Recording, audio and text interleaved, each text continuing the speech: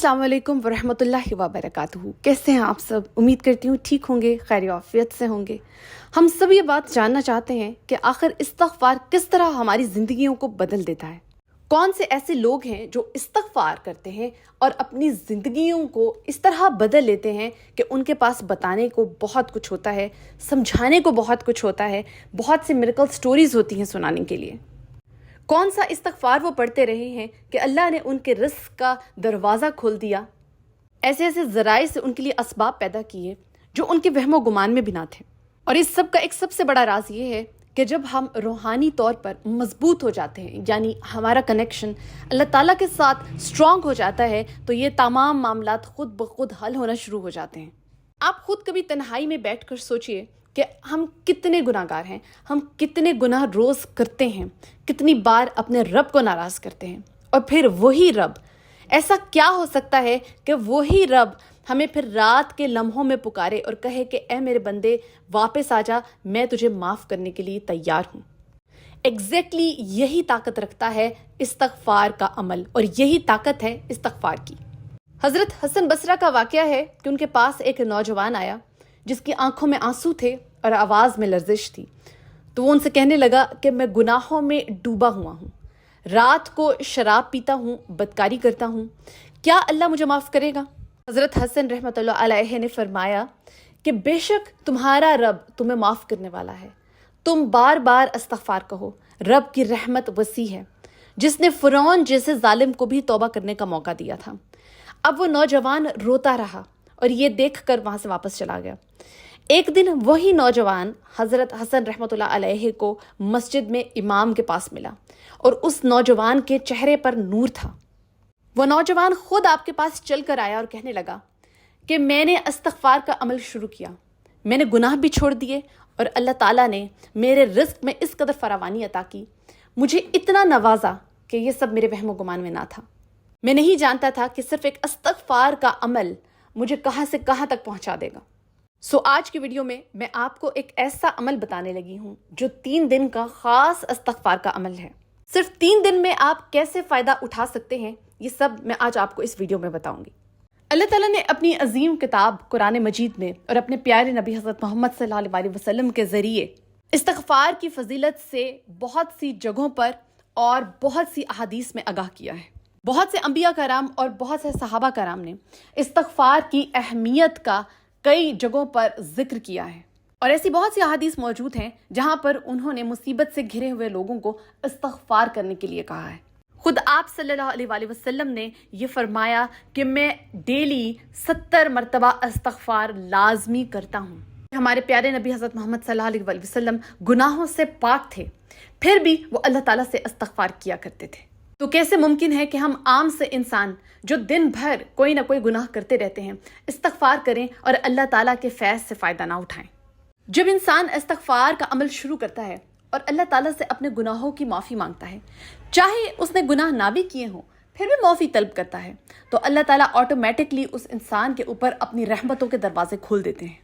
जब अल्लाह ये देखता है कि ये इंसान जो गुनाह इतने कर भी नहीं रहा और फिर भी मुझसे हर वक्त इस्तग़फ़ार तलब करता रहता है, तो अल्लाह ताला को ऐसे इंसान का सब्र और आजिज़ी पसंद आती है। अब वो लोग जो अपने माजी में बहुत से गुनाह कर बैठे हैं या गुनाह करने के आदी हो चुके हैं, वो ये सोचते हैं कि शायद उनका रब उनको माफ़ नहीं करेगा, लेकिन अल्लाह ताला ने अपने ऐसे बंदों के लिए भी कुरान पाक में खुशखबरी दी है कि तुम मुझे सिर्फ पुकारो, तुम सिर्फ इस्तग़फ़ार करो, मुझसे तौबा तलब करो, मैं तुम्हारे तमाम गुनाह माफ़ कर दूंगा।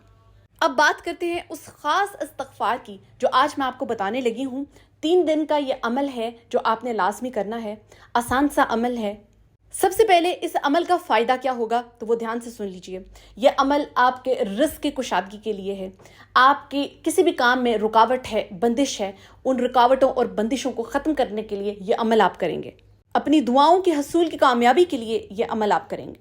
ये अमल वो दरवाज़ा है, वो पोर्टल है जो आपने खोलना है अपने और अपने रब के दरमियान कनेक्शन पैदा करने के लिए। यानी अगर आप चाहते हैं कि अल्लाह ताला आपकी दुआएं कबूल करे, तो ये वो दरवाज़ा बनेगा, ये इस्तग़फ़ार, ये अमल वो दरवाज़ा बनेगा जो इंशाल्लाह आपकी दुआएं कबूल करवाने में आपके लिए हेल्पफुल है। ये अमल वो रास्ता है जो आपकी दुआओं को आपके रब तक पहुंचाएगा। اور یہ استغفار کون سا ہے؟ یہ دھیان سے سن لیجئے.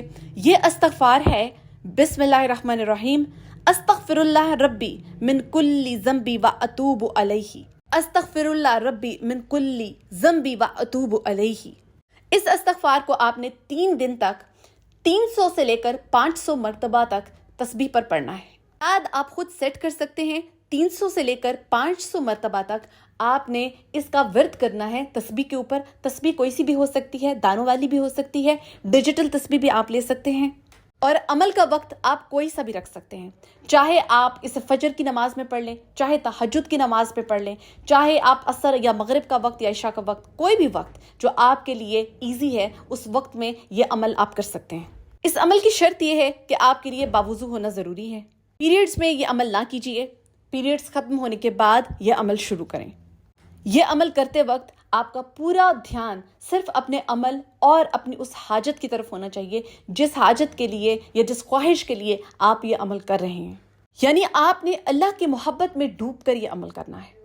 اس استغفار کا ایک ایک لفظ آپ کے دل سے نکلنا چاہیے. یاد رکھیے عمل کا فائدہ تب تک نہیں ہوتا جب تک وہ آپ کے دل، آپ کی روح سے نہ نکل رہے ہوں. اپنی نیت ہی یہ رکھیے کہ میرا رب میرے گناہوں کو معاف کرے گا، اور جب وہ آپ کے گناہوں کو معاف کرے گا تو ڈیفینیٹلی وہ آپ کی دعاؤں کو بھی قبول کرے گا. یہ عمل کرنے کے بعد آپ نے دعا کرنی ہے. دعا کرنے سے پہلے اول و آخر 3 مرتبہ درود و شریف پڑھنا مت بھولیے. وہ لوگ جن کا یہ کہنا ہے کہ اللہ انہیں بہت سے رزق سے نواز رہا ہے، بہت سی آمدنی سے بھی نواز رہا ہے، لیکن اس میں برکت نہیں ہے، یاد رکھیے آپ کی زندگیوں میں استغفار کی کمی ہے. اگر آپ کے رزق میں برکت نہیں ہے، بیماریاں بار بار لوٹ کر آ رہی ہیں، آپ کی آمدنی کی اماؤنٹ تو کافی ہے لیکن وہ پھر بھی آپ کے لیے پوری نہیں پڑتی، تو یاد رکھیے یہاں پر بے برکتی ہے. اور بے برکتی کی وجہ کیا ہے؟ استغفار کا زندگی میں شامل نہ ہونا. کہیں نہ کہیں ہمارے چھوٹے موٹے گناہ سب سے زیادہ ہماری زندگی کو افیکٹ کرتے ہیں رزق کے معاملات میں اور بیماریوں کو واپس موڑ کر لانے کے معاملات میں.